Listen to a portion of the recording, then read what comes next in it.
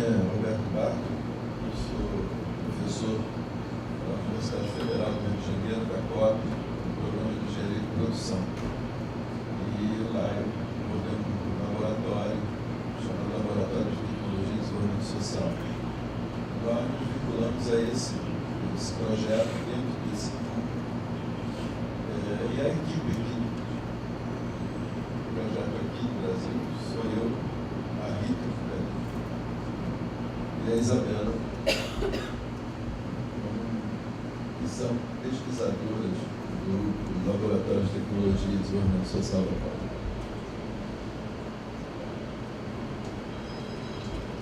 My name is Dorothea Krone. I'm the principal investigator of the Choices Project. I work at the University of London, specifically Royal Holloway, which is one of the colleges of the University of London. And there I'm director of the Centre in Information Technology and Development, which might be interesting in the right opinion. We have several different projects on work streams ranging from e-business to e-commerce and e-health, e-education.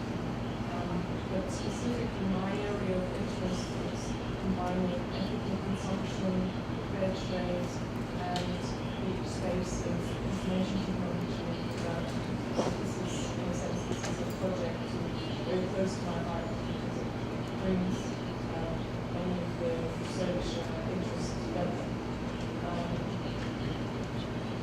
The Choices Project in particular is a collaboration between 3 universities. I would say, when I introduce the project, I will introduce it in a little bit more detail. But we are a team of 3 different universities: the Universidad Federal de Rio de Janeiro, the Universidad de Frontales in Chile, and Royal Holloway University of London. And we are uniquely placed working there also with NGOs in each country. So there are Responsab in Chile, Ampatum in Brazil, and Ethical Consumer in the UK. Our funders are the ESRC, so that's an academic funder, the engineering and it's the Economics and Social Research Council in the UK, and DFID, Department of International Development. It's possibly a good place to say that it's probably the last time we will get funding from an international development agency in the UK to fund work in Chile or Brazil. It was the case for this project is very much the academic case of how interesting it is to see initiatives arising in Brazil and Chile. And I think we just got in on the sort of inequality and poverty reduction. Because in future, Brazil and Chile are not developing countries. So this is not a fund that we will get in the future. And I think that's good news. I think that we will be looking to collaborate in the future, and we will be looking to work on an academic sense. So I think certainly the Economic and Social Research Council will be a funder we will also talk to in the future. We will of course also talk to Brazilian and Chilean foundations about the work that we do. Because this is a collaboration very much at eye level. It's a collaboration that's a partnership.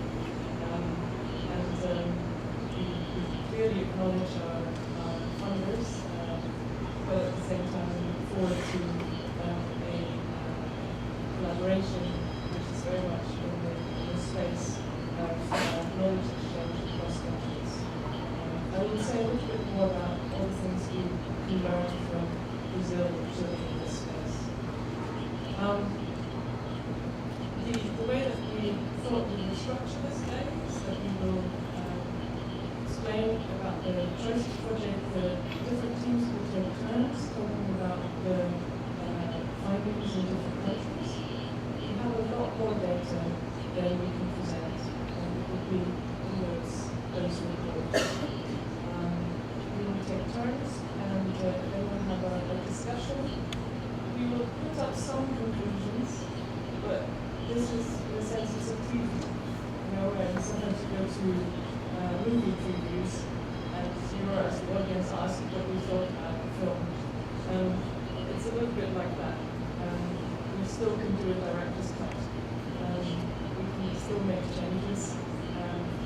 don't write the final report of the project until you spoke yesterday with our NGO stakeholders and today with our policy stakeholders.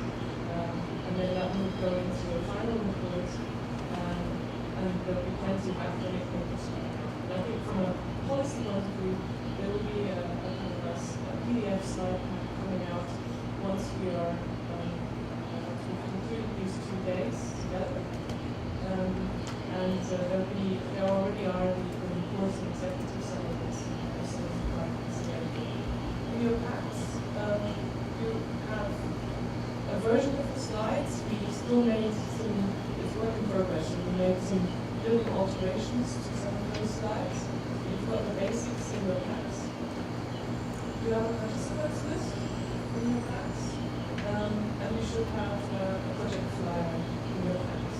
If you would like to take some extra project flyers, we've got extra flyers as well for you to take along. Before I start, maybe I'll just say a little bit about the recording, what we've decided here. So our suggestion for the recording, based on what people in the room were saying, that we record the first part where we present our findings and we take just specific questions about our findings. When we move into the space of exchange of experiences, then we would suggest that we don't record our film. We have a conversation. If you're happy with that, we would just leave this on for internal use, not external use. If people are happy, then we can have that, and you don't have to take notes all the time. And that would be internal use only. Our aim today is to have quite an open and frank conversation, and do that off camera. Another idea that we have would be for you to, who are up for it, the NGOs yesterday were very much up for it, would be to give us a short video interview, like a mini interview, video interview, where you just share with us on camera, Russell, 10 minutes, just kind of talking about your institution and your ideas for public procurement, and basically we will be able to edit and share that as a mini video. We've done that yesterday with great success. It might be something that we will also do. We will do that after the break. The way it would work is that we just continue with our conversation, we have slots, and we just go outside for 10 minutes, do a mini interview, come back. So Russell will also be doing this. I think we can get started on sharing our findings. For all of our presentations, this is quite, it may not look like an informal space, but we are trying to make it an informal space. We're very grateful to Siraj giving us this sort of exceedingly high-tech space here. Fantastic translation. Let's also try and pretend this is more like a coffee table. What goes with that, if we're talking informally, is that we can interrupt at any point. So we will present, if there's a slide that you can't see and you need to look at one of those slides, don't you call questions, just slides.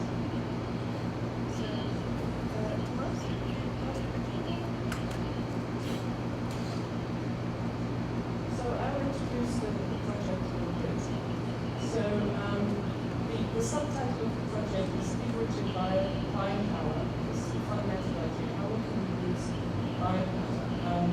And Nadia already made the point about 17.5%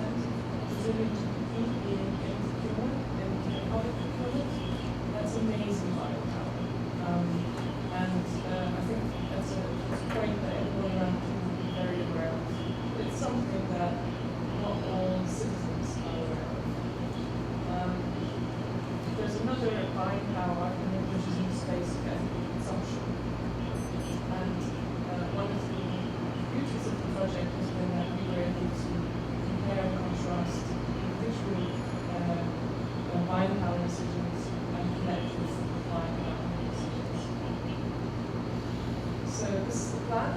I'm going to just introduce them. I'll also give you an idea about some of the international contexts that we are speaking to, integrating with.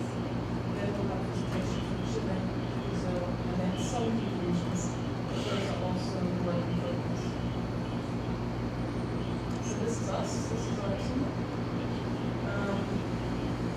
The setup is there with the 3 universities in the middle. Here, ICFO and Norway. And you can see how closely we've been linking with our NGO partners. The aim of that was that we wanted to create a project which wasn't only speaking to an academic audience, but very much aware that this is also a space where we want to engage with the public, and we want to engage also with policy. To make sure that actually our research has some kind of impact, be it bringing people together in conversation or indeed offering new knowledge that you might find useful. So the idea in terms of research aims was to explore how ethical consumption is constructed, both in discourse and in practice in Chile and Brazil. In particular, we were interested to see how it sits in the historical and cultural context of our countries. And again, this one of the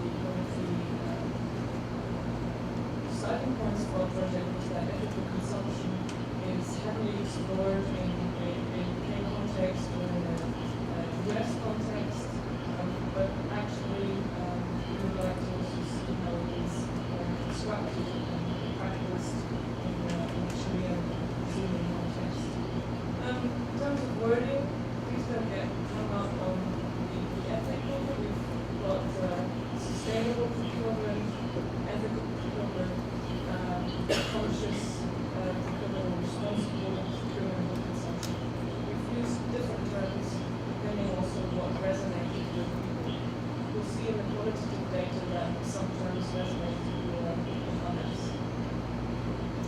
We wanted to see what evidence there was. We also wanted to see how evidence of ethical consumption related to ideas around procurement. So how far did citizens actually think of themselves as owning the procurement process, and that it's their money that is being spent and how far they were interested in the criteria that the state uses. And I want to put at the bottom of the slide that the point is not just to generate this knowledge, but also to work with policymakers and NGOs to support the trend towards sustainable consumption and sustainable public procurement. So, in a sense, we're also interested in seeing progress in this area. These were the main phases of our project. So we started out in a classic academic fashion, finding out what had been done before, doing a literature review, looking at policy analysis, what policies were in place. And what came out there were these 4 reports that we have over there that you can browse and look at, and that are also available on our website. Then we moved into a phase of qualitative research, focus groups, and then we basically did from February onwards, we did 16 focus groups in Brazil and in Chile. Then we moved from there into a quantitative space where we ran representative surveys, also in Brazil and Chile. We're now in the space of dissemination workshop and the space of dissemination and campaigning. It's worth saying that this blue arrow here, dissemination and campaigning, is not fully formulated yet. So we are also open to thinking about what are sensible dissemination activities, what are sensible meetings, conversations to have, policy conversations to have in our respective countries. And one of the things you might want to consider today is talking to the coffee breaks and so on.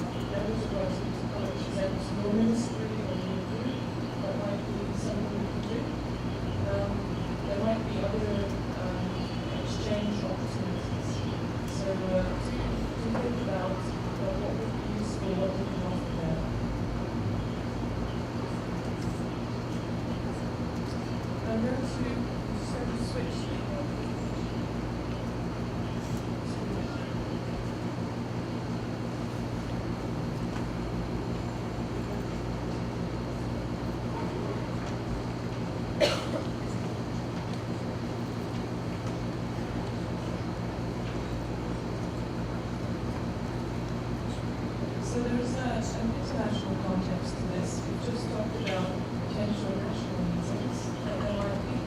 This is about the international context. So here we're talking about the Sustainable Public Procurement Initiative, which is headed up by UNEP, United Nations Environmental Program, and they've basically evolved through a longer process, different organizations and stakeholders in a networking and also in pilot studies around different procurement. The goal for the SBPI, Sustainable Public Procurement Initiative, is to promote worldwide implementation of sustainable public procurement to increase cooperation and better understanding of potential benefits and impacts. They're expressly interested in building the case for sustainable public procurement. So they want to improve knowledge, but also consider the effectiveness of public procurement. They're clearly also interested in taking this forward and interested in replicating good practice in specific countries. And I think personally that both Chile and Brazil are in a sense, key countries to provide some of these good practices in different ways, but we'll get to that. So I do see Chile and Brazil also in a leadership position in this space. The activities of the SBPI is kind of structured in different action lines. I won't go into great detail, but I think what is important for people around the table to be aware of is that look at the participants list that already exists in the Sustainable Public Procurement Initiative, you can see that, for example, Claudio's organization, Chile is already a member as public institutions go. You can also see that the Ministry of the Environment is also already there. And that there are these contacts and involvements in this space. We've also got, if you want, two new members. One was a straightforward case where Ciudadano Responsable, Josema basically applied, he's now in this list, the networks of NGOs. Then we as an academic institution, or Norway, were invited to join the advisory board of the SBPI as academics, because as you can see at the moment, we don't have there's not a particular extra color there for academia. So they are still thinking about how to introduce further academics into this space. We'll watch that space. The key persons to send your applications to if you're interested in joining the SBPI is Farid Capital from UNEP. And there's in your packs you'll find URL register that virtual time. I spoke to Farid 2 weeks ago, just kind of said, hey, he provided us with these slides and said, please to present here. And we said, yeah, we'll do that. But you are aware that if you give us the slides, how to join the SBPI, especially yesterday with the NGOs, you might get 20 applications. So you're ready for that.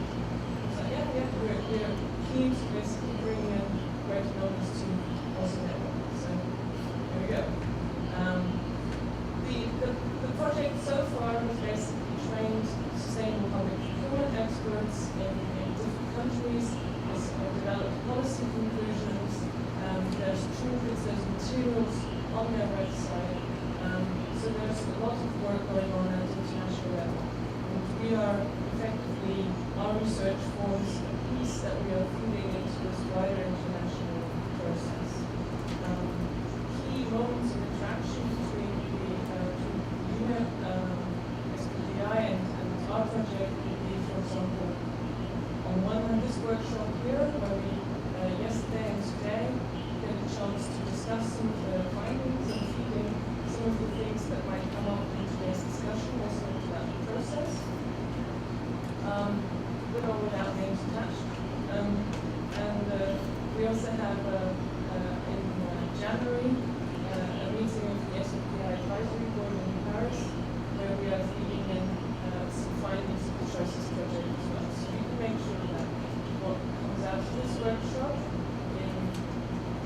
more summarized form if we fed into the net process.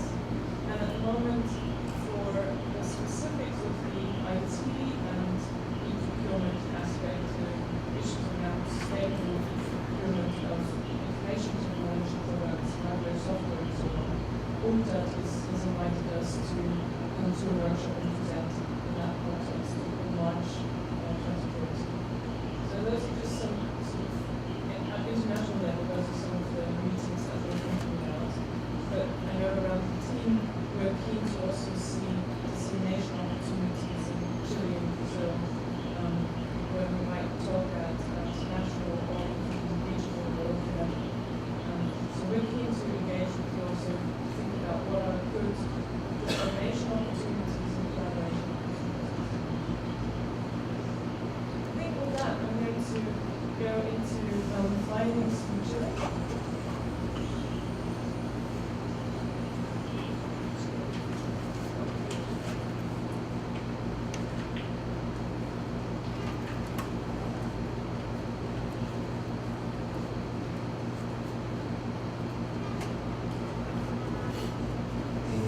Gracias. Bueno, yo voy a hablar en español. Voy a hablar despacio para que quienes hablan portugués quizás puedan también escuchar en portuñol, o si no, bueno, con los traductores, como prefieran.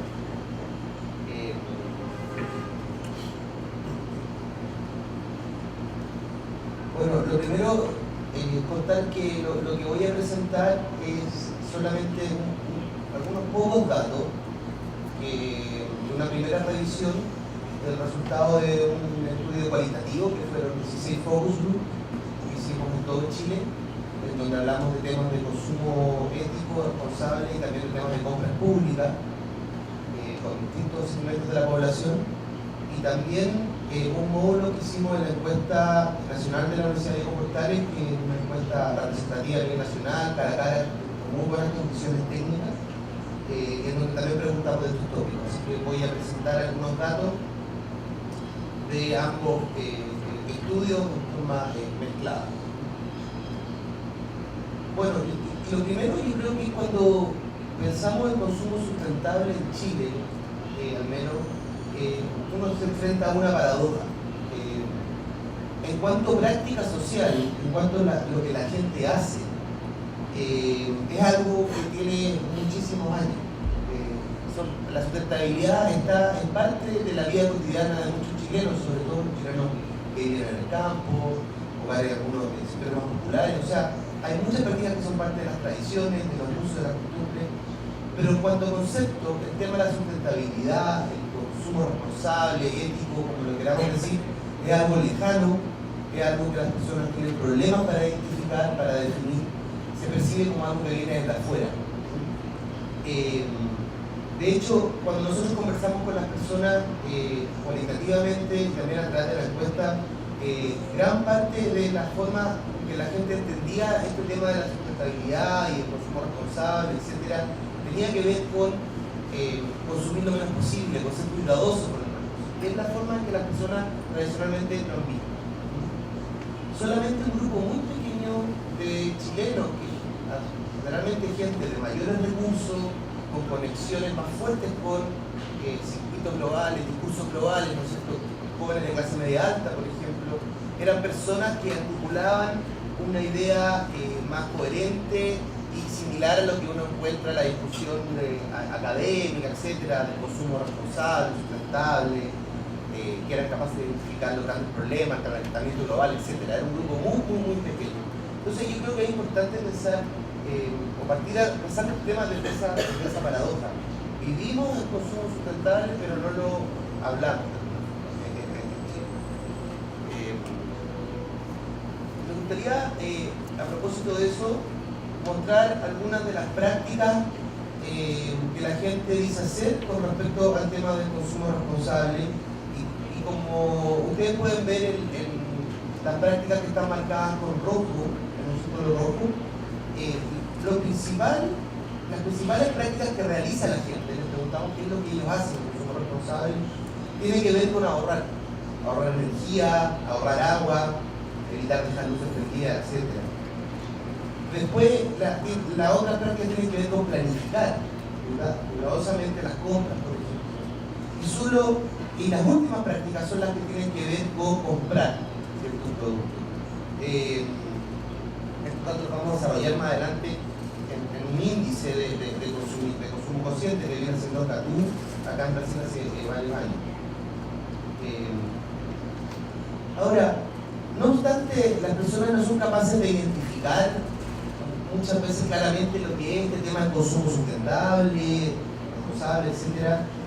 Creemos de que crecientemente se está valorando el consumo como una herramienta para generar cambios sociales. El 81%, por ejemplo, de los chilenos están de acuerdo con la afirmación de que a través de mis decisiones de compra puedo construir y generar una sociedad más justa. Y esto obviamente es más fuerte en los sectores de mayores ingresos, también por sus posibilidades de consumo, ¿no es cierto? Está por sobre los de menores ingresos que no, y quizás en un margen menor, digamos, identifican esta relación entre posibilidad de cambio y de consumo, ¿no es cierto? Por ejemplo, el 24% de los consumidores de nivel socioeconómico alto está de acuerdo con la idea de que los consumidores han cambiado mucho y esperan más hoy día de las empresas en materia ambiental y social, mientras que solo un 15% de los contados de sectores bajos piensan lo mismo. Aquí aparece esta diferencia en este gráfico. Las personas están de acuerdo con esto, los sectores altos y los sectores bajos.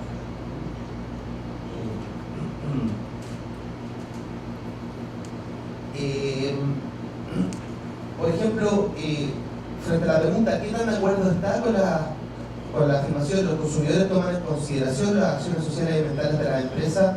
También nos encontramos con un grupo importante de la población que cree que es algo que está pasando, ¿cierto? O sea, hay un discurso por lo menos dando vuelta de empoderamiento, ¿no es cierto? Bueno, nosotros le preguntamos a las personas qué criterios utilizarían o utilizan para comprar, además del precio y la calidad, ¿no es cierto? Pensando en criterios de compra social y ambiental.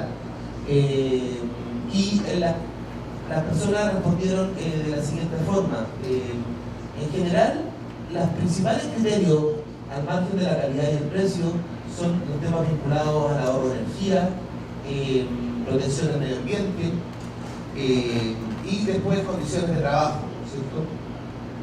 Un grupo, el criterio de que el producto sea chileno, si bien aparece en el ranking general un poco abajo, es bastante importante en los sectores de menores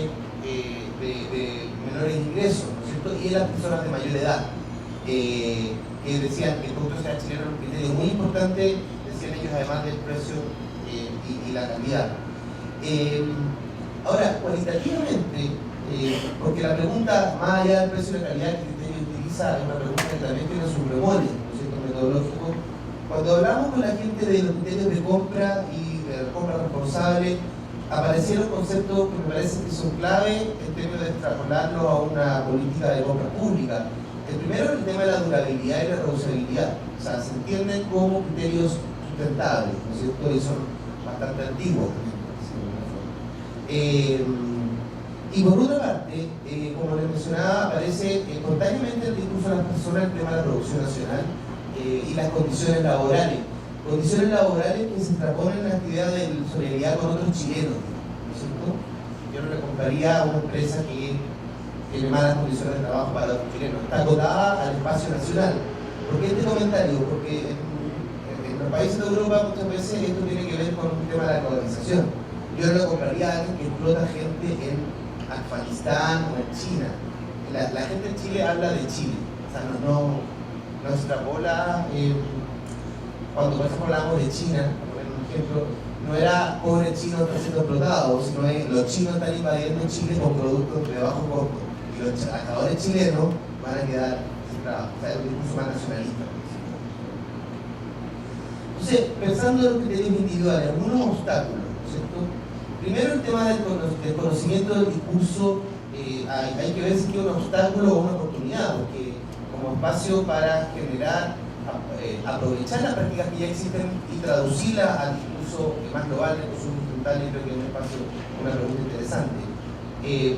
Existe una desconfianza y pesimismo generalizado en los chilenos, en general en las instituciones, algo que está muy documentado en la literatura de ciencia política, sociología, pero que a través del tema de consumo tiene que ver con el tema de la falta de información, principalmente, y de espacios de información confiable. También hay una crítica muy grande a las compañías transnacionales que, sin embargo, se utilizan cotidianamente y tienen símbolos de una relación de calidad. Entonces, las personas habitan esa paradoja también. La gente de Walmart o el McDonald's no me gusta, pero va al McDonald's o cree que a veces considera un cumpleaños en McDonald's. Y finalmente creo que un obstáculo central, que es un poco lo que se diría lo anterior, tiene que ver con el tema de la transparencia. Y cómo la falta de información y transparencia aparece como una limitación porque sitúa las decisiones de compra en espacios de confianza con respecto a las empresas. Un tema que también se ha discutido a nivel internacional. A ver, veamos un poco esto mismo a nivel de las compras públicas. ¿Qué es lo que piensa la gente de las compras públicas? Lo primero es que, obviamente, como era esperable, por lo menos tenemos la intuición, las personas desconocen absolutamente el sistema de compras públicas del Estado, y para la mayoría de las personas la forma en que esto funciona está mediado por su percepción general del gobierno. No son capaces de acoplar el gobierno, la política, de las compras. No lo ven como un espacio técnico, sino que lo ven como un espacio que está instalado en la política. Los extraditados también marcan una diferencia entre los criterios que ellos aplicarían como personas. Si fueran, nosotros les preguntamos si fueran alcaldes, ¿qué comprarían? ¿Qué decisiones tomarían? Ellos marcan la diferencia entre las decisiones que ellos tomarían y las decisiones que ellos creen que toman los políticos, las cuales ellos ven como construyendo el cinismo de la práctica política, del poder. Decisiones eleccionarias, cercanas a la corrupción, pero también mucho de la desconfianza de la operación de la política. Y acusan sobre todo una enorme falta de transparencia a nivel de funcionamiento de las instituciones, en general política y también de las compras, obviamente, lo cual hacen evidente generalmente lo poco que saben. Nadie sabe cómo se hace. Ahora, para lo que hemos harto tiempo trabajando en este tema, hay mucha información de esa que existe, pero para la ciudadanía muchas veces se mezcla en el discurso de la política en general. Nosotros les preguntamos a la gente a quiénes debiera comprarle el Estado.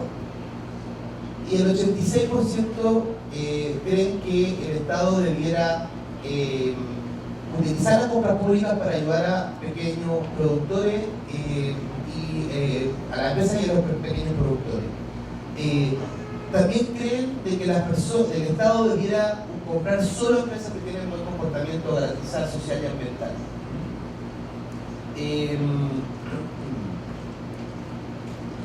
Replicamos la misma pregunta de las compras privadas para las compras públicas y los criterios son relativamente similares.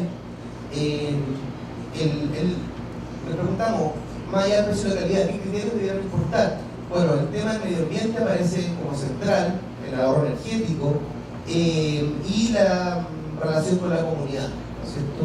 Y podríamos incorporar también las relaciones laborales.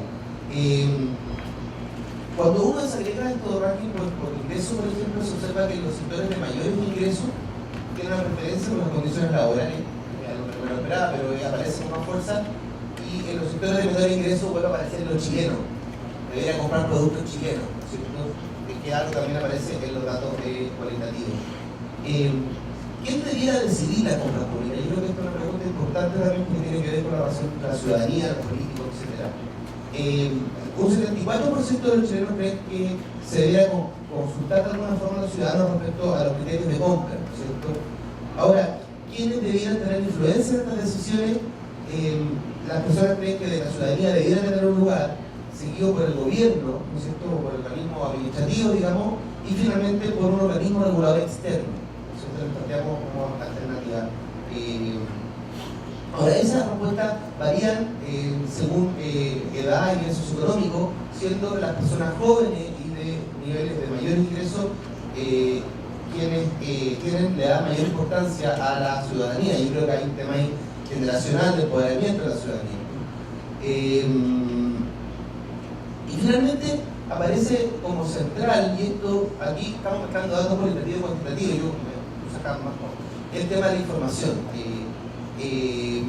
Del Estado como garante de información de las empresas sobre los productos que venden, ¿no es cierto?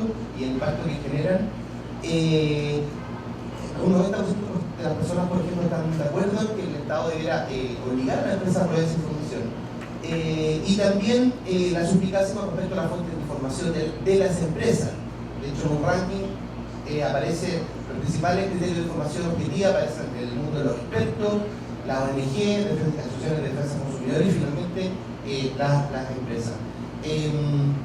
Me gustaría terminar muy brevemente haciendo algunos comentarios como implicancia que nosotros creemos como para alimentar el debate de sugerencias de política pública. En primer tema está la valoración que existe a nivel cotidiano del tema de la durabilidad y la reusabilidad. Y nosotros creemos que esa idea de alguna forma podría verse reflejada a nivel del sistema de compras porque conecta con una aspiración y una práctica común de la ciudadanía, ¿no es cierto?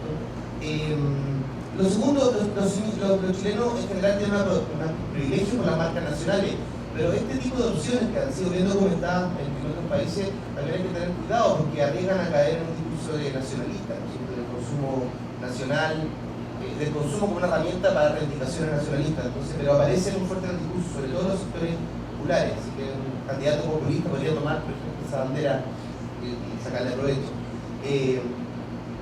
La diferencia en calidad son centrales, obviamente, pero asumiendo esa diferencia, los chilenos prefieren, y hay en el discurso cualitativo muy fuerte una preferencia por las pequeñas empresas. La gente siempre dice, yo le compraría a una pyme porque sé que viene de alguien que conozco, porque garantizo trabajo acá, y aparece China en el telón de fondo siempre como un espacio como de el temor de China, el otro, el hecho de que en las compras públicas finalmente se lleven parte de la crítica a las instituciones y al funcionamiento del gobierno, yo creo que puede ser interpretada de dos maneras.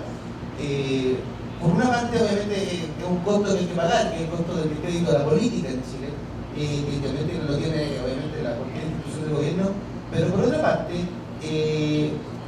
podría ser un espacio para que el sistema de compras públicas destaque en términos de lo que ofrece de transparencia y de contacto con la ciudadanía, es decir, el piso de comparación es bajo a nivel de la valoración de las instituciones. También creemos que la pregunta por cómo incluir criterios éticos, no solamente ambientales, sino también sociales, es una pregunta que debiera enfrentarse o al menos a nivel del debate público, pero que sí aparece con fuerza en la ciudadanía. Y que de alguna forma, cuando le preguntamos por los criterios, la idea de que el ahorro de energía, por ejemplo, aparece como central, muestra que algunas de las cosas que están haciendo en Chile Compras sí están alineados con algunas de las preguntas o las demandas que está haciendo la ciudadanía. La pregunta es cómo ampliar ese proceso de vinculación entre los ciudadanos y esas tomas de definición de criterios. Gracias.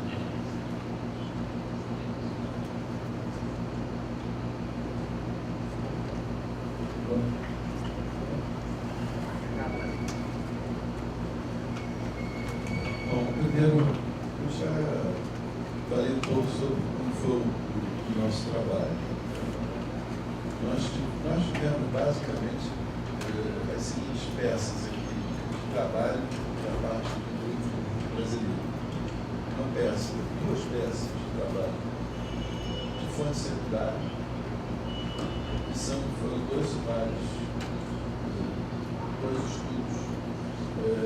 sobre o consumo ético no Brasil e outro sobre compra pública sustentável no Brasil. Isso está disponível na web, tem um sumário executivo, que imagino que esteja nas folhas que foram pastinho foi distribuído. Não vai ser isso objeto da minha fala. Qualquer dúvida, qualquer questão, a gente pode, havendo interesse, vocês levantarem essas questões, a gente volta para isso. E a gente fez dois levantamentos, estava escopo da nossa atividade, o grupo brasileiro do levantamento de fonte primária.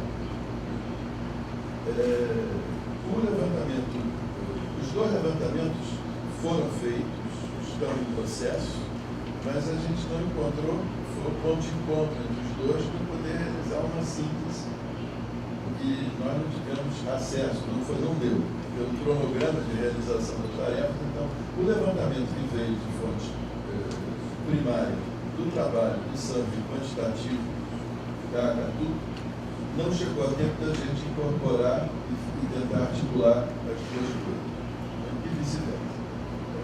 O que eu vou falar aqui é do trabalho do foco dos grupos focais que nós levantamos aqui no Brasil, e daí depois a fala da pesquisa quantitativa. As coisas vão ficar separadas. Primeiro, com respeito à coisa dos grupos focais, eu acho importante dizer que a gente tem um procedimento metodológico e o que foi feito, não exatamente a mesma coisa, mas coerente, foi feito no Brasil, seguindo o mesmo tipo de padrão de procedimento do que foi feito no Chile. Então a gente tentou trabalhar com 87 participantes desses grupos focais, tentamos distribuir os grupos focais de uma maneira abrangente, ampla, diversificada, considerando gênero, considerando regiões, considerando classe de renda, considerando faixa etária. O que eu estou falando vai aparecendo ali essa distribuição dos grupos focais. Eu não vou fazer uma fala muito longa, e além disso, essa fala é mais ou menos uma repetição da fala de ontem. Eu fiz ontem essa mesma colocação para as ONGs. Mas como é muito chato falar a mesma coisa duas vezes, eu vou falar um pouquinho diferente hoje. Pensei de ontem para hoje, estou pensando em falar um pouco diferente. Então, eu acho que, como resultado dessa pesquisa de grupos focais, a gente tirou alguns fatos a considerar. A gente tirou, ao todo, sabe quantos fatos a considerar? Foram 5, eu acho. 5 fatos a considerar. Tanto com respeito à discussão do consumo ético, quanto com respeito à questão das compras públicas no Brasil. Então, eu vou primeiro falar dos fatos a considerar. De novo, fatos que vêm do relato dos nossos entrevistados. Não são coisas que eu queria ouvir. São coisas que eles acharam que era importante eles dizerem, pelos motivos deles, delas. E em cima disso, eles nos relatam alguns fatos que a gente acha que precisa levar em conta. Então, a primeira coisa, lá no nome da coisa do projeto, do propósito do projeto, era essa discussão do consumo ético. E a gente começou a conversar com as pessoas sobre o consumo ético, e o negócio começava a ficar pantanoso. Ficava lá. A maioria dos entrevistados não tinha uma clareza de definição com respeito a esse vocabulário. Não era um vocabulário que eles estavam familiarizados.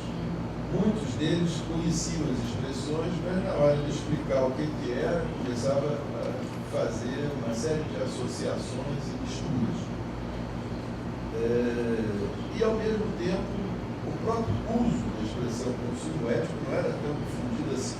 Em meio aos entrevistados, era mais corrente a ideia de consumo consciente do que a ideia de consumo ético. Com uma exceção. Essa exceção a gente vai dizer, olha, dentro dos grupos que a gente veio conversar, tem 2 lugares onde tem um discurso muito mais estruturado com relação a essas coisas, muito mais claro com relação a essas coisas, etc. Então, e quais são esses 2 lugares? O lugar número 1 são os pequenos agricultores de agricultura familiar. A gente foi buscar, conversar, tinha grupo deles. Esses têm um discurso mais claro em relação a essa questão. E o outro grupo é o grupo de militantes, caras que estão envolvidos ativamente com essa questão, então, e aí independe de nível de renda, independe de gênero, é uma categoria em si. Os militantes, eles têm essas clarezas. No resto, não estou falando isso no mau sentido, não estou dizendo o resto, o restante, fica tudo meio misturado com um monte de outras coisas.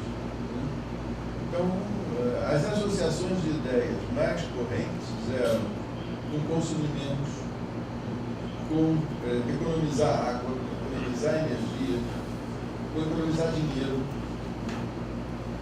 com ser honesto, com agir corretamente, com zelar pela saúde, pela qualidade de vida, escolher produtos sem agrotóxico e fazer reciclagem. Essas seriam as associações religiosas.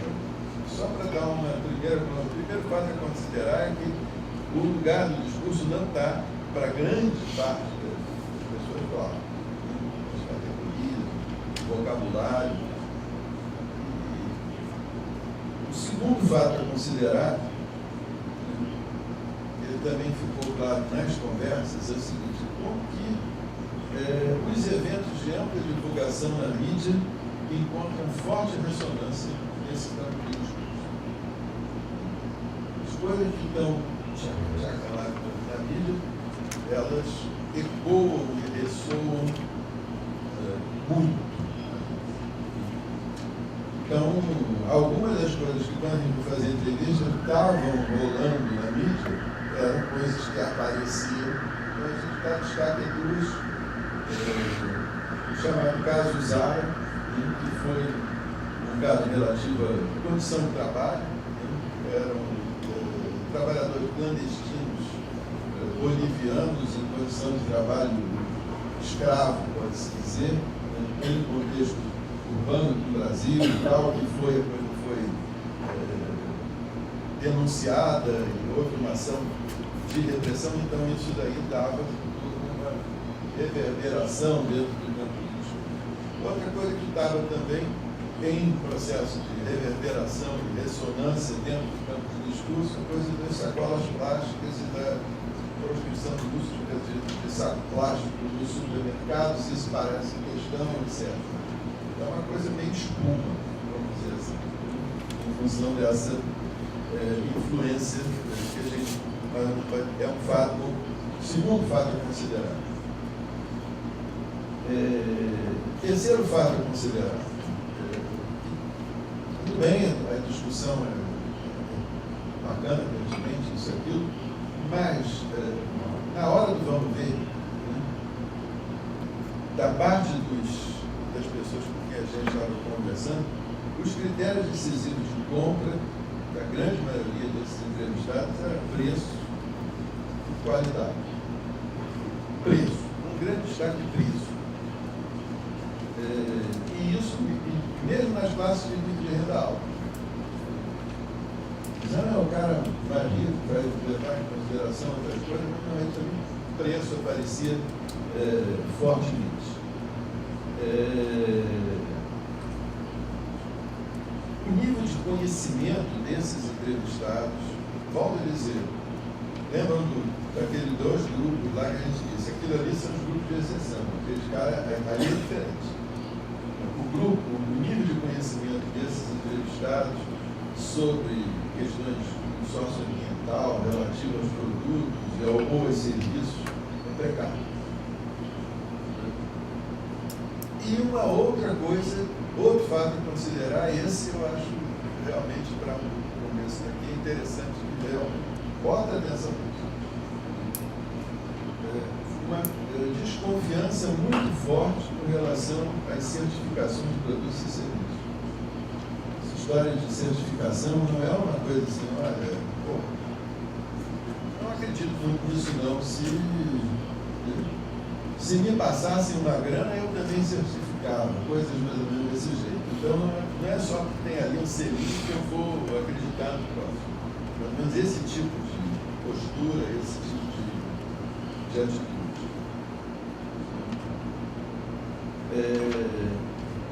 Aqui eu vou. Você está conseguindo? tentando. Está tentando? Não é simples, mas é Você consegue, chega lá. A missão é fazer igualzinho a ontem, né?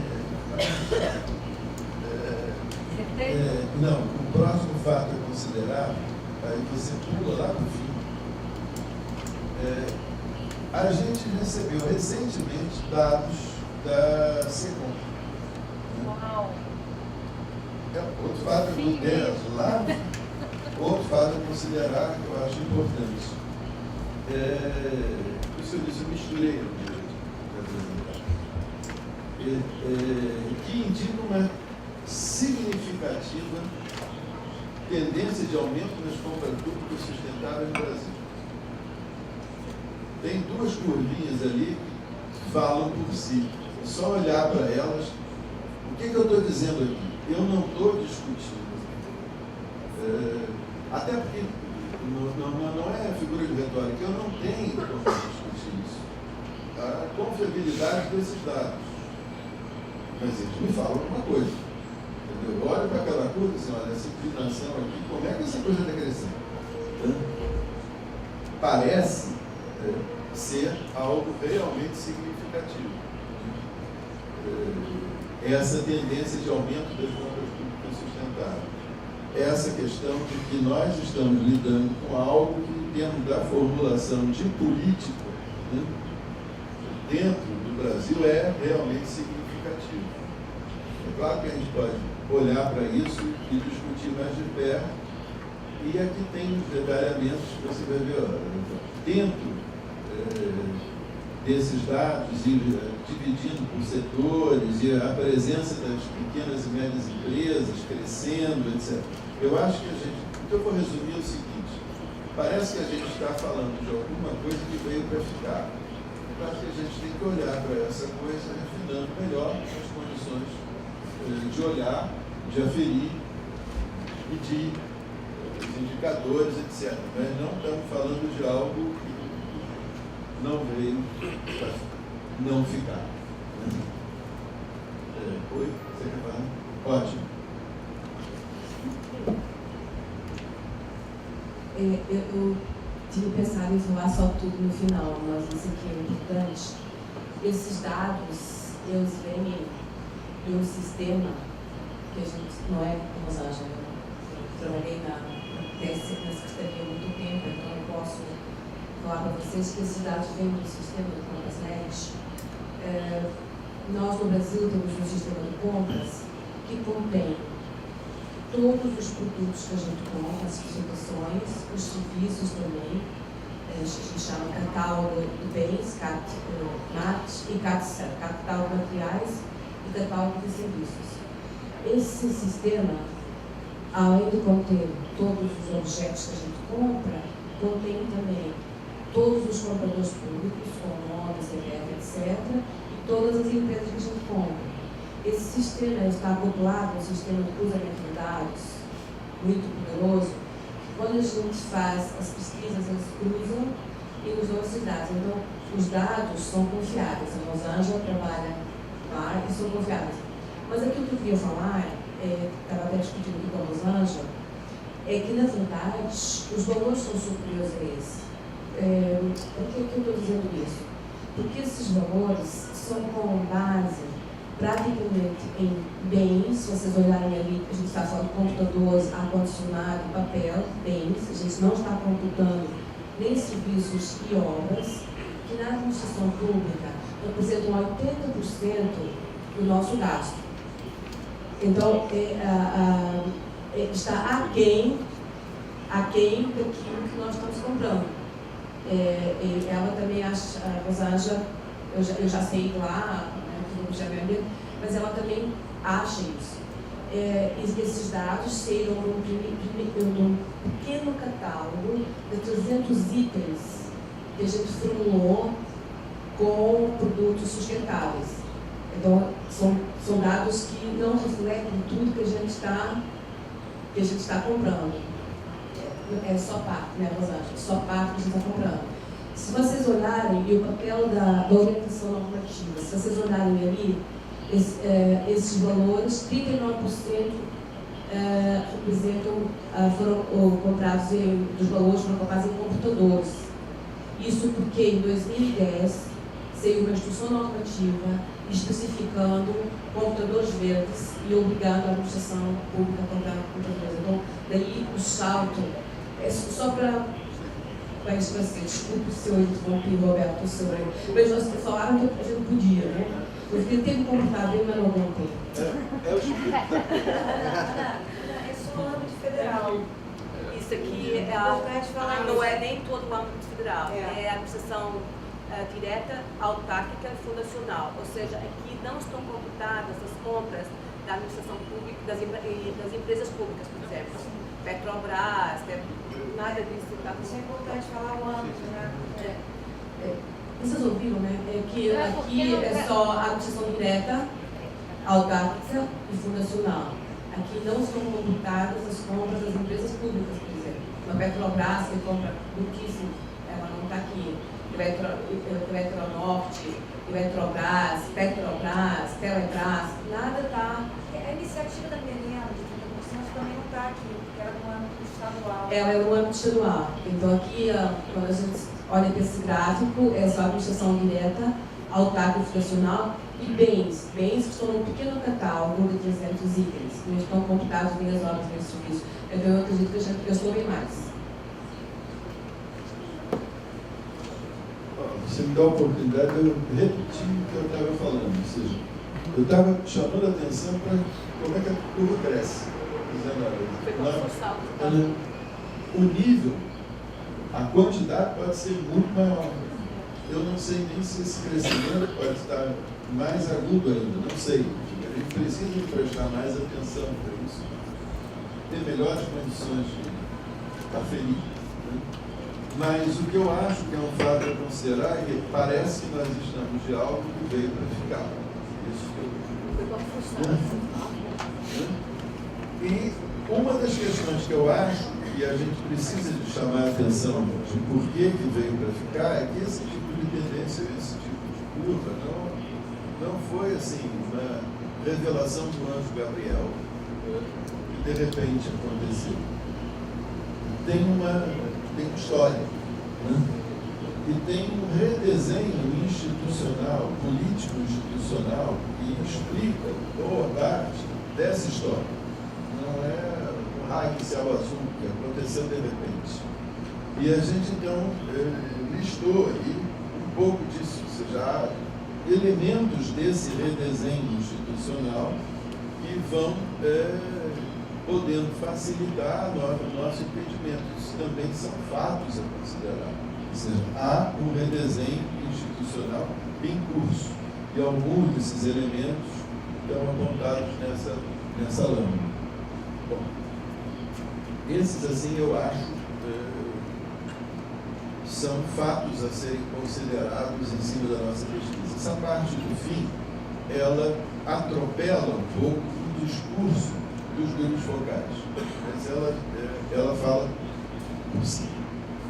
E agora eu volto para o discurso dos grupos focais. Né? E no discurso dos grupos focais, eu vou identificar, são 3 paradoxos e um que eu chamo de desafio maior. Esse paradoxo, eu chamei de propósito aparente paradoxo. E se a gente olhar bem, dá para explicar melhor. Mas numa primeira aproximação parece uma coisa meio paradoxal. O paradoxo número 1 diz haver, vamos dizer assim, a problemática relação entre credo e conduta, ou entre o que se fala e o que se faz. Né? E muitas vezes essas coisas não casam, não se articulam bem. Né? Então a primeira coisa que aparece é assim, as classes de renda mais alta, elas dominam melhor o discurso de cuidado com o meio ambiente. Falar disso para essas classes de renda mais alta não é uma coisa tão difícil, tão complicada, elas dominam isso. No entanto, se a gente vai atrás das práticas cotidianas dessas classes de renda mais alta, a coisa começa a ficar meio complicada. E não parece uma coisa casar, né, de perto com a outra. No caso das classes de renda mais baixa, existe o seguinte: esse discurso, o domínio sobre esse discurso é precário, mas suas práticas cotidianas são mais afinadas. Agora, tem uma outra questão. Esse afinamento, muitas vezes, não tem a ver com uma escolha consciente, um consumo consciente, mas tem muito mais a ver com uma imposição das circunstâncias da necessidade. Eu estava falando assim, ontem, tem um cara que não compra, tem uma galinha lá do terreno do vizinho, aí pega a galinha orgânica, mas não é uma escolha consciente, etc. Circunstância da vida. Então, digamos assim, há um consumo menor, por dispor menos renda para consumir. Há uma compra maior de produtos orgânicos de produção caseira, mas não como livre escolha, sim como circunstância da vida, da necessidade e tal. E há também, dentro de limites de disponibilidade de renda, etc., a busca por comprar, considerando preço e tal, consumo com maior durabilidade e sem grande apego a marcas. Então, eu acho que há uma prática mais, entre aspas, sustentável, embora um discurso não estruturado, mas por condições que não são a de uma opção de escolha consciente. Exceção: os casos já apontados, os pequenos produtores de agricultura familiar e desses grupos militantes. Aí, nesse caso, é outra história. O segundo aparente paradoxo, eu acho que ele é mais importante a gente olhar de perto. Para a maioria dos entrevistados, consumo consciente não é um padrão norteador de estilo de vida de pessoas comuns. Para as pessoas comuns, o consumo consciente não é um padrão norteador de estilo de vida. Ainda que essas pessoas possam reconhecer isso como opção virtuosa. Igual, mais ou menos assim, um cara que é meio santo. É legal, bacana o cara, bonito, mas não é uma coisa para todo mundo. E ainda mais grave, muitas vezes há uma forte desconfiança de que possa ser sequer factível que seja para todo mundo. Então, o paradoxo está em pensar, olha, essa coisa é boa, quem faz isso é uma pessoa legal, bacana, mas esse troço para todo mundo não parece que funciona, não.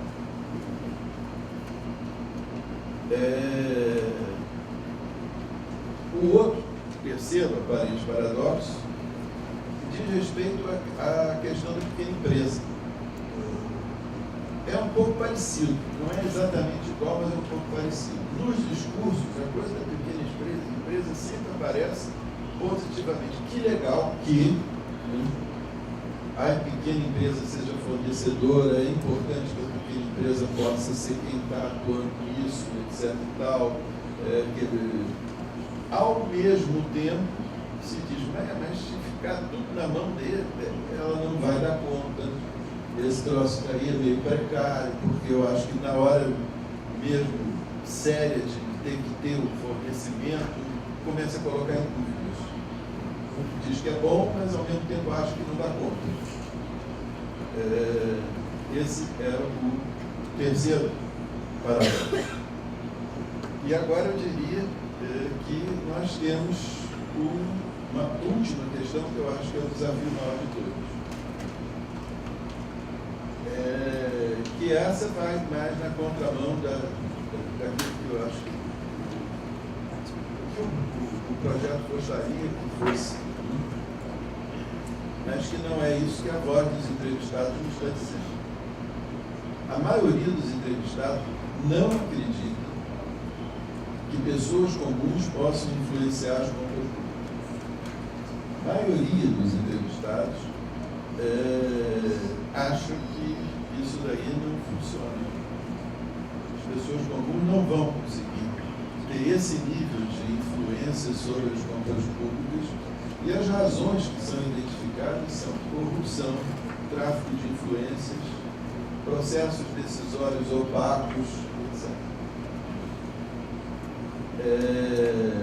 Eu acho que aí está o desafio maior dessa questão. São essas as coisas que eu colocaria como resultado da pesquisa de grupos focais, no caso brasileiro.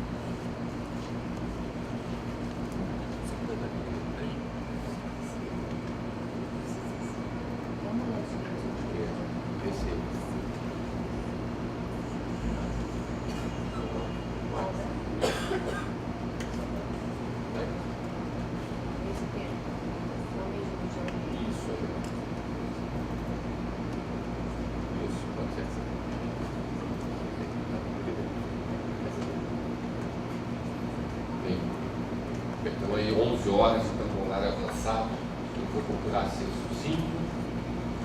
De um lado, porque a gente não conseguiu ter a tempo todas as informações que seriam necessárias para completar o estudo quantitativo, como o pessoal do Chile já pôde fazer.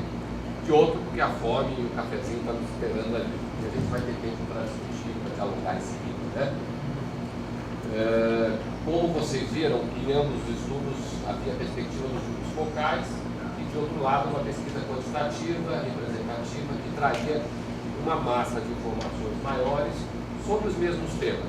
Consumo ético de um lado e, de outro, a questão das compras públicas e consumo ético nas compras públicas.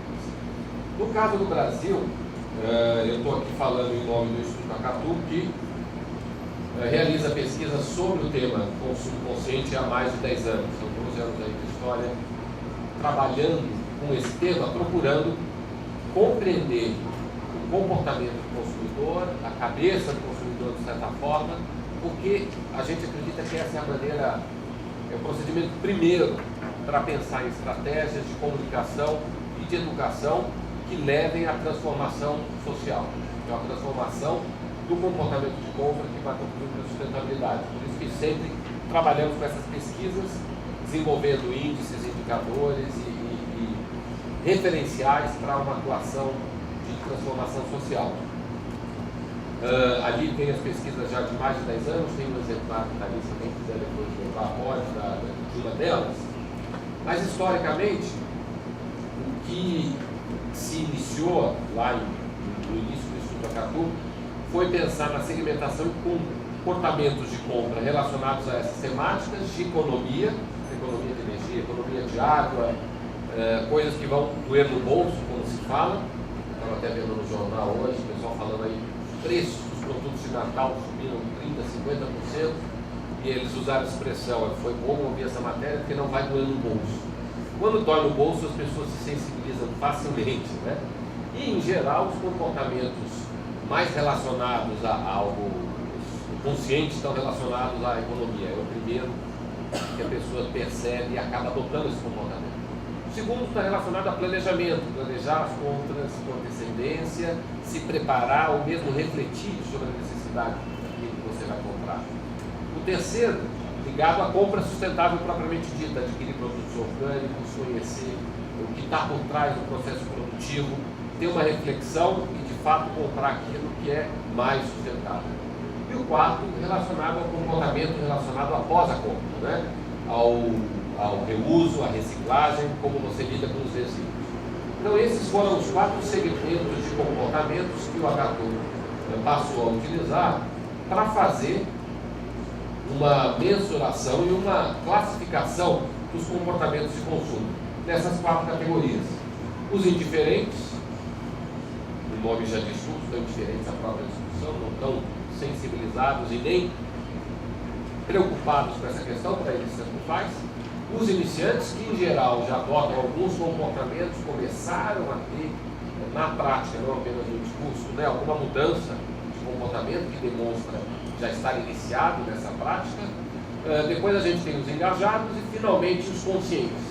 Quando a gente ouve falar dos engajados que você mencionou, né, aqueles que já estão convertidos, seriam esses conscientes. De fato, a pessoa tem o discurso, tem a prática e, o que é importante, acaba servindo como um exemplo para os demais.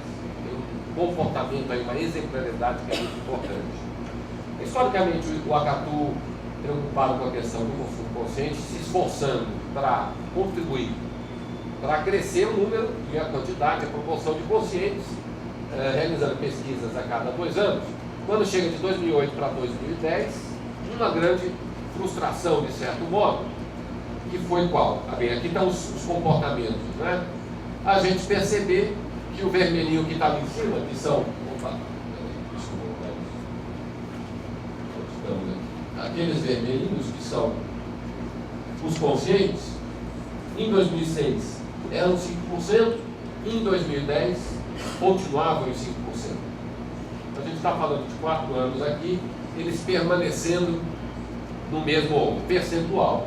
Porém, como a população cresceu, o número de consumidores conscientes aumentou, né, na mesma proporção, o que é positivo.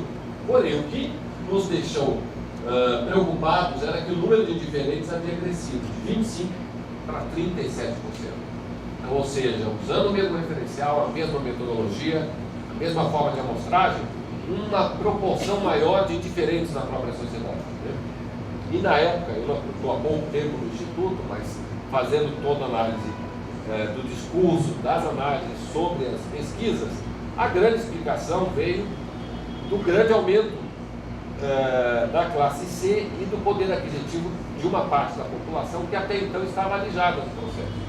Se a gente teve o exemplo da galinha aqui, o sujeito podia comer o ovo do vizinho, comia um ovo mais orgânico, no momento que ele passa a ter um poder aquisitivo maior, por conta das políticas de inclusão promovidas pelo governo, a gente sabe muito bem, né, uma parte aqui de brasileiros, nos últimos anos, ele passou a ter acesso a recursos que ele não tinha e ao supermercado, se tornou aí essa classe média emergente e a partir daí novos hábitos de consumo e aspirações, muitas vezes inspiradas aí, seja ter um automóvel, ter um carro. Então as últimas pesquisas aí do próprio Ministério do Meio Ambiente, viagem para o exterior surge como algo que as pessoas estão desejando, né? Então são novas aspirações e, poxa, agora que eu tenho dinheiro, eu vou comprar.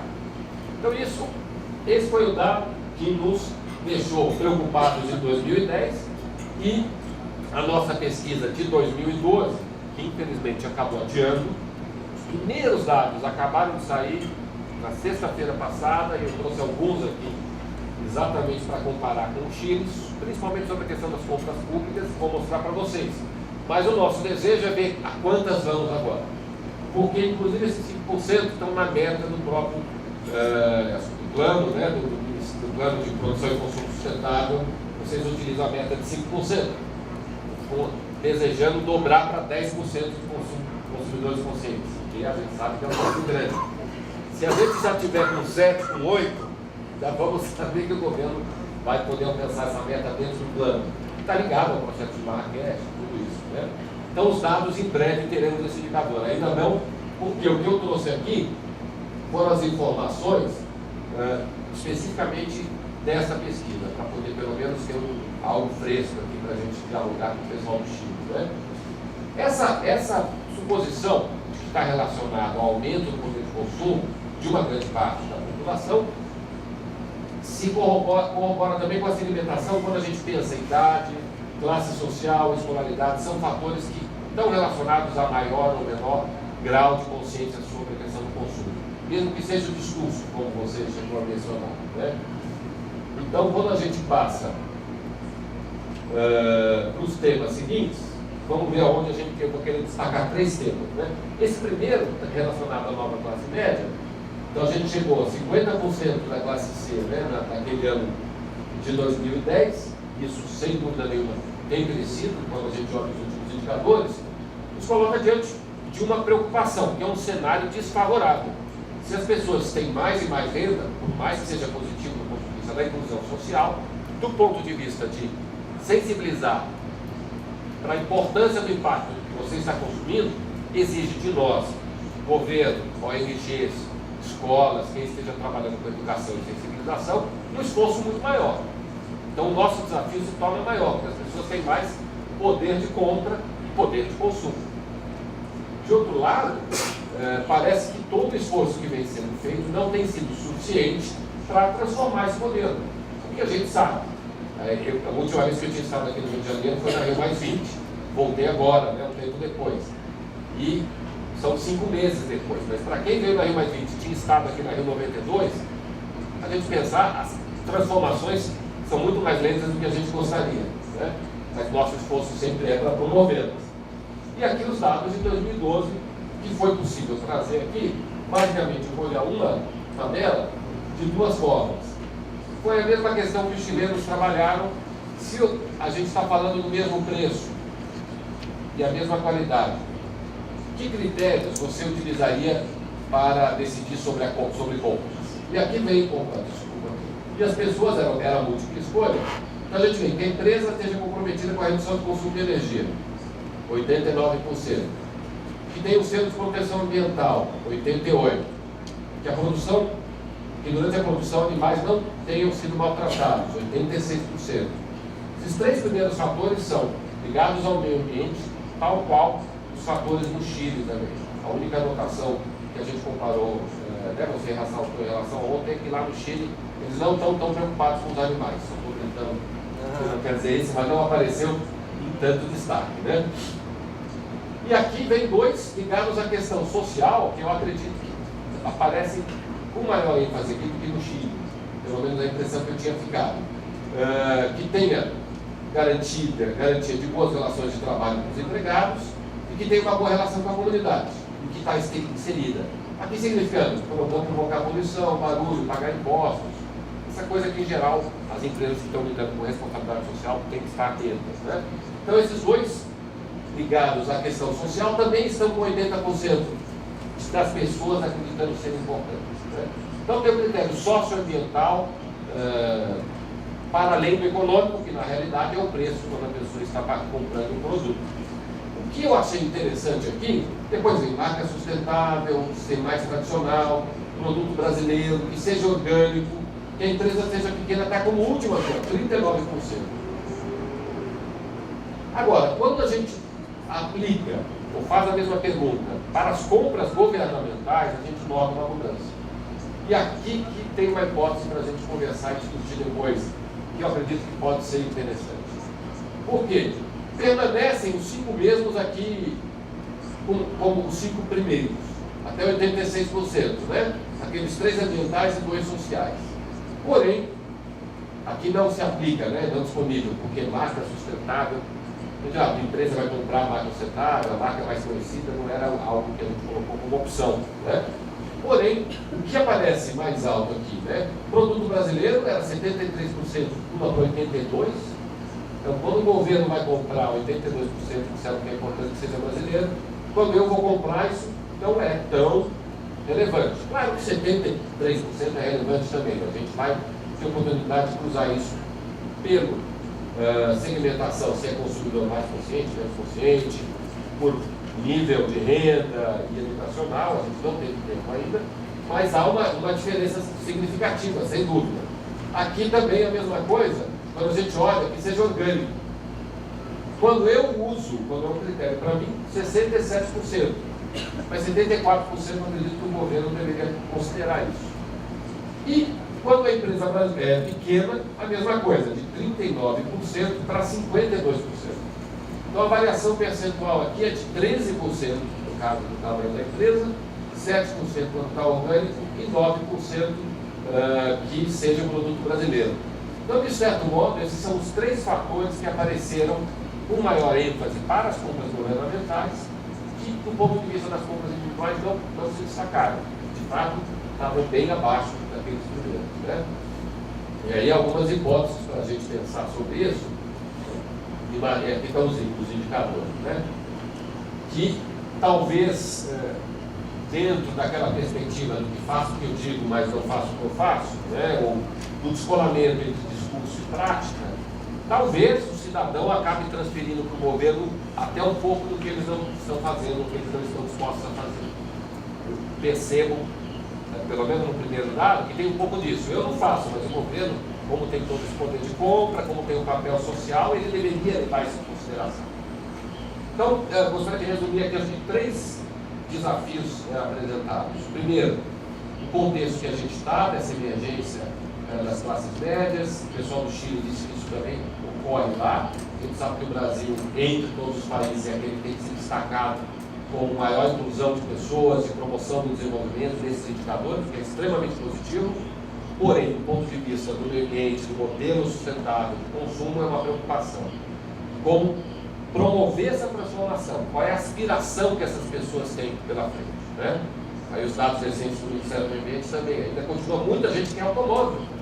Ontem eu mencionei uma frase do Penalosa, que é o ex-prefeito de Bogotá, que fez uma transformação incrível na cidade, que era o seguinte: para mim, uma cidade rica, cidade desenvolvida, não é a que todo mundo tem um carro, é a que os pobres têm um carro, é aquela em que os ricos andam de metrô, ou de transporte público, né? Então, qual é o conceito de desenvolvimento que a gente está buscando? É a segunda coisa, porque isso vai nos levar, permitir, transformar, quer dizer, vai nos inspirar para processos de transformação e mobilização da sociedade. O que se busca? O que a mídia busca? Quando você faz referência de casos, grande destaque da mídia, né, como a Zara. Quando você falou da Zara ontem, eu estava lembrando do caso atual da Zara, né, que agora é um produto contaminado. Antes foi o social, a Zara entrou de novo na mídia, né? Como é que a gente ganha a mídia para dar maior alcance às ações, né? E o terceiro, em relação ao governo, é como é que a gente transfere essa mesma questão, né? Estão aqui agora os servidores públicos com todas as dificuldades, né, de transformação institucional, mas por um lado, ainda que aquele indicador seja por 300 produtos, né, o fato já de haver a produção desse indicador já é uma mudança em si, ou seja, tem alguém olhando para isso lá nas contas, ainda que seja sobre esses 300 programas, né, 300 produtos, seriam 3 milhões, mas 5 anos atrás ninguém estaria olhando e gerando aquele indicador. Então é no discurso que se começa a mudar a prática. E eu acredito que aí as políticas de resíduo sólido, de produção e consumo sustentável, de mudanças climáticas, são recursos tremendos para nos ajudar nesse processo de transformação, tanto a sociedade civil, quanto quem está do lado do governo trabalhando com essas coisas. Então, acho que são os 3 pontos aí a destacar para a gente pensar daqui para frente. Obrigado.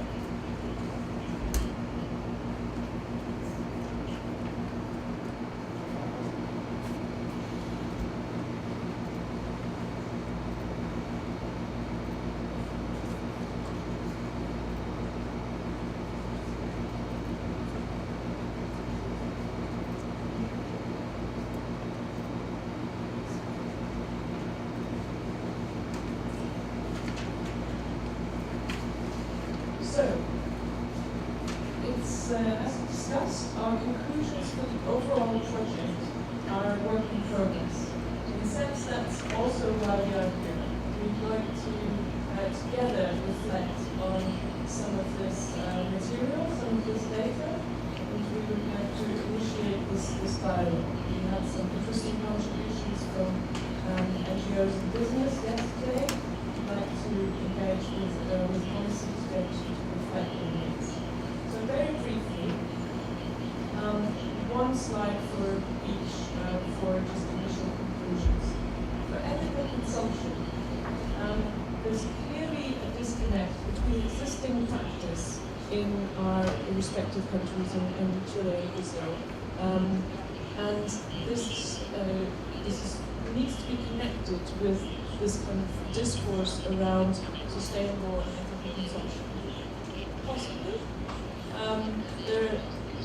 We could have an argument as to whether it's absolutely necessary to do this, but it's certainly something which might help us in our argument for advancing this discussion. Because we know that the discourse is growing at an international level. We know that the SPPI from UNEP and so on is drawing on this discourse. It would be interesting if we can actually link that with the existing widespread practices. There is obviously in Chile and Brazil good news in terms of the growing material affluence that people are experiencing. It's quite news that there's a growing house in that case. But there is an ecological price which is growing that is linked to that. We know that, for example, the UK is a not-sustainable society. We, in many ways, need to change lifestyles very dramatically in the UK. And it'd be interesting to see what happens in countries where material affluence is rapidly rising, whether there's a possibility of going a different way. We need to demonstrate alternatives. One of the things we found in the research was just how much incredulity, disbelief there was that there are alternative practices available. So one of the things that we need to address is the sense that we have, the sense of empowerment for making choices. This generalized distrust is a challenge that will come up again and again. Distrust towards institutions, both state and businesses, particularly large businesses. So it's something that is a challenge for us. For NGOs and for experts, as in possibly also academics, there was good news in our data, in that there was, in comparative terms, more trust in third sector organizations, in NGOs, in experts. Of course, we need to differentiate what exactly people mean by that. We know that there's more or less reliable NGOs and more or less reliable academics. But there's clearly, from the broader public, an interest in hearing those voices and actually trusting those voices more.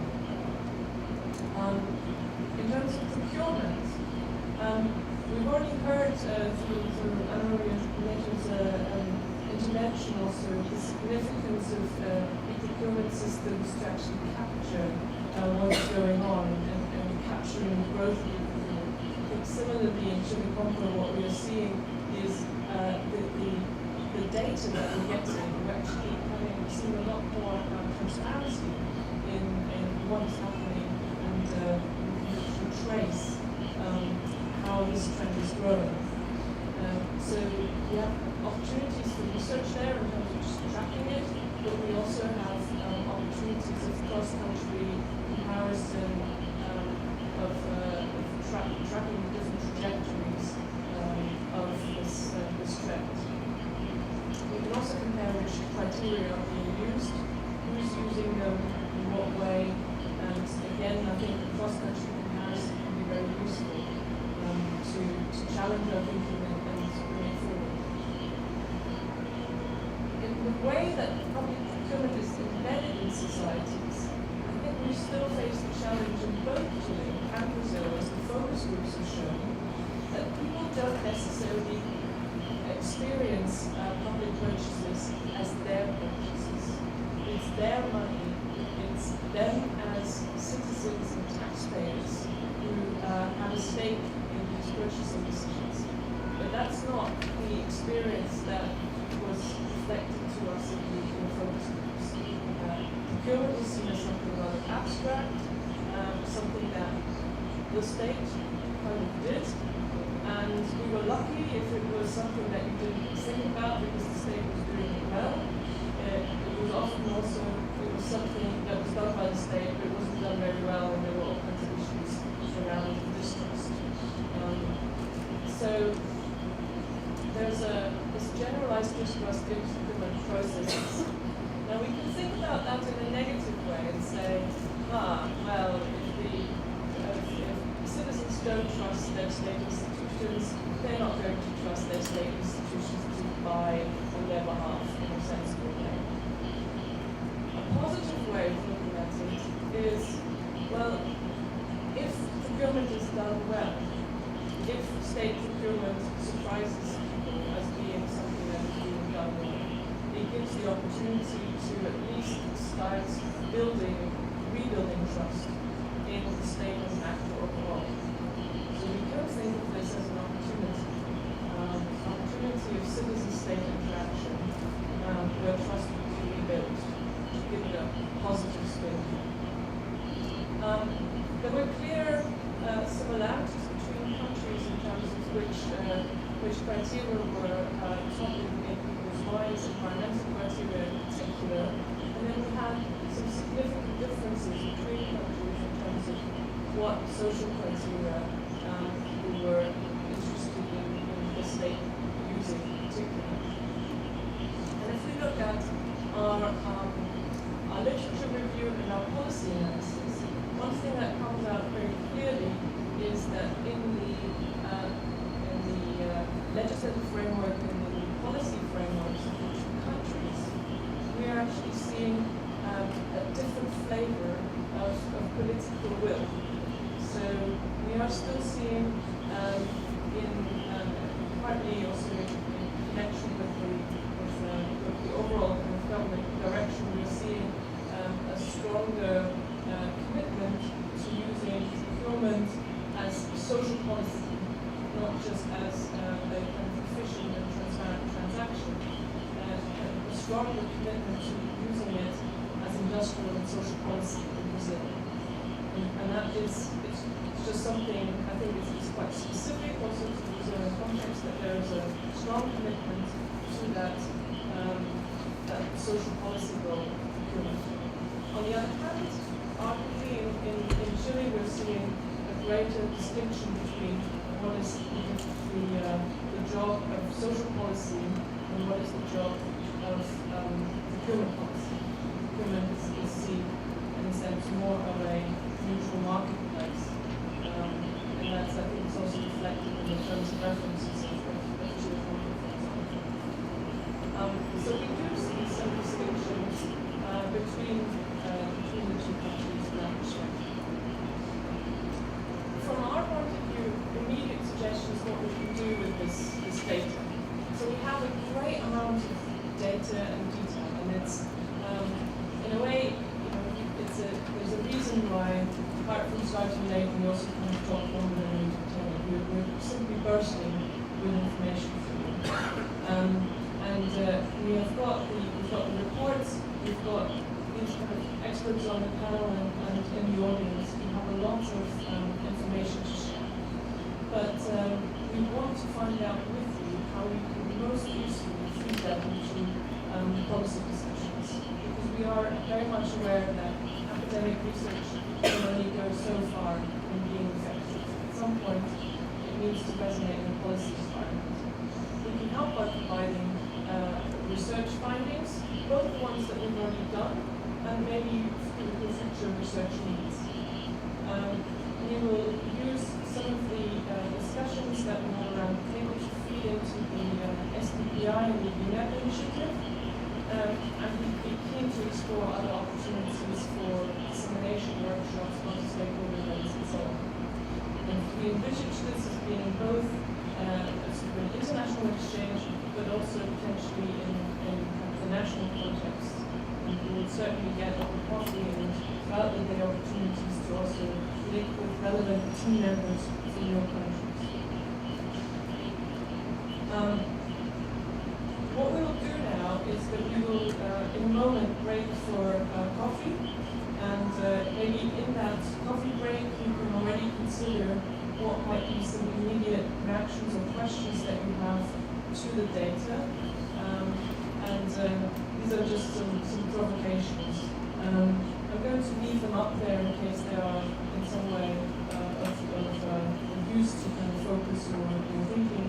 But we thought we would give it, in light of the time, we would take a 15-minute coffee and comfort break, and then move into direct questions to the team about the research and what it means to you.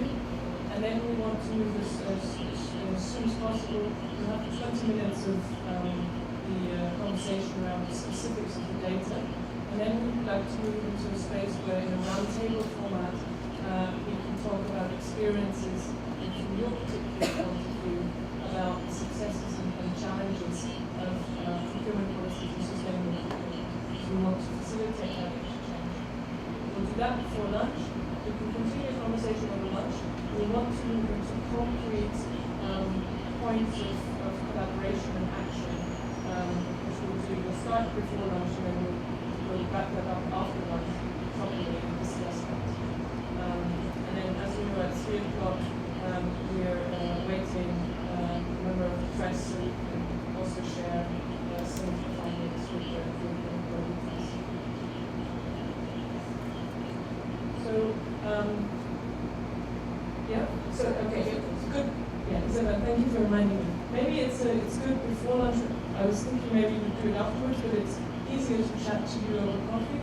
And if you both can just introduce yourselves. We did a round of introductions where we just said our name, our institutions, and very briefly what we want to get out of the workshop.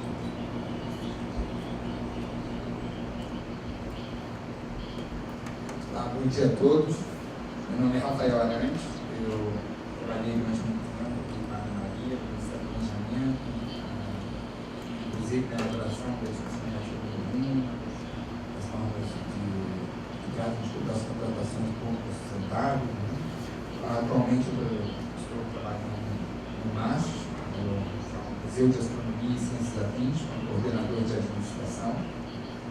Eu acho que eu espero também trazer aqui hoje a visão de uma instituição pública que tem que efetivamente fazer essas contratações acontecerem. Então, é uma visão de uma instituição de pequeno porte, de como ela encara, como ela vive essa realidade dessas contratações sustentáveis, e como ela faz para realmente tentar implementar essa nova normatização, essas normas, etc. E também, a partir daí, ouvir também os colegas, saber o que está sendo implementado, o que está sendo feito, o que foi identificado pelos outros gestores como boas práticas, o que os outros gestores públicos trazem aqui de experiências positivas e de experiências negativas também, de problemas que precisam ser resolvidos.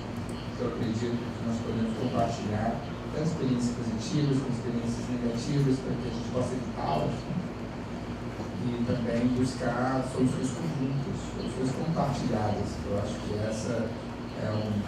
esse é um dos caminhos, que eu acho que é o caminho possível hoje, porque se cada um quiser inventar a sua própria roda, nós vamos ter problemas aí, porque nem todo mundo vai ter condições de criar esse caminho sozinho e aí a gente pode acabar se perdendo.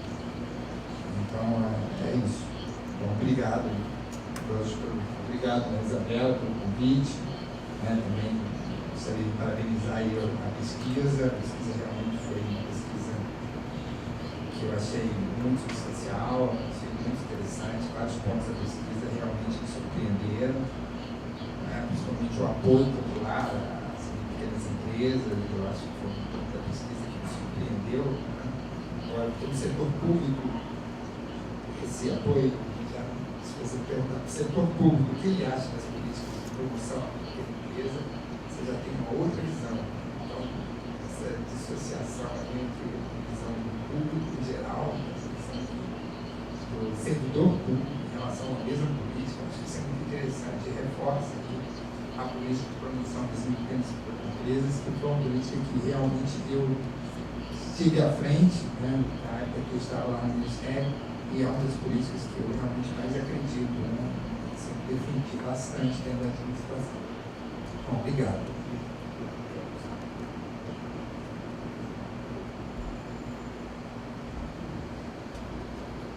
Buenos días, mi nombre es Cristóbal de la Maza, yo soy del Ministerio del Medio Ambiente de Chile. Es un placer estar en esta mesa y de todas maneras mi expectativa son conocer la experiencia del sector público brasileño y poder intercambiar posturas, visiones, criterios, de tal manera que podamos avanzar en esta política que es incorporar criterios de sustentabilidad en los sector público. Eso es todo.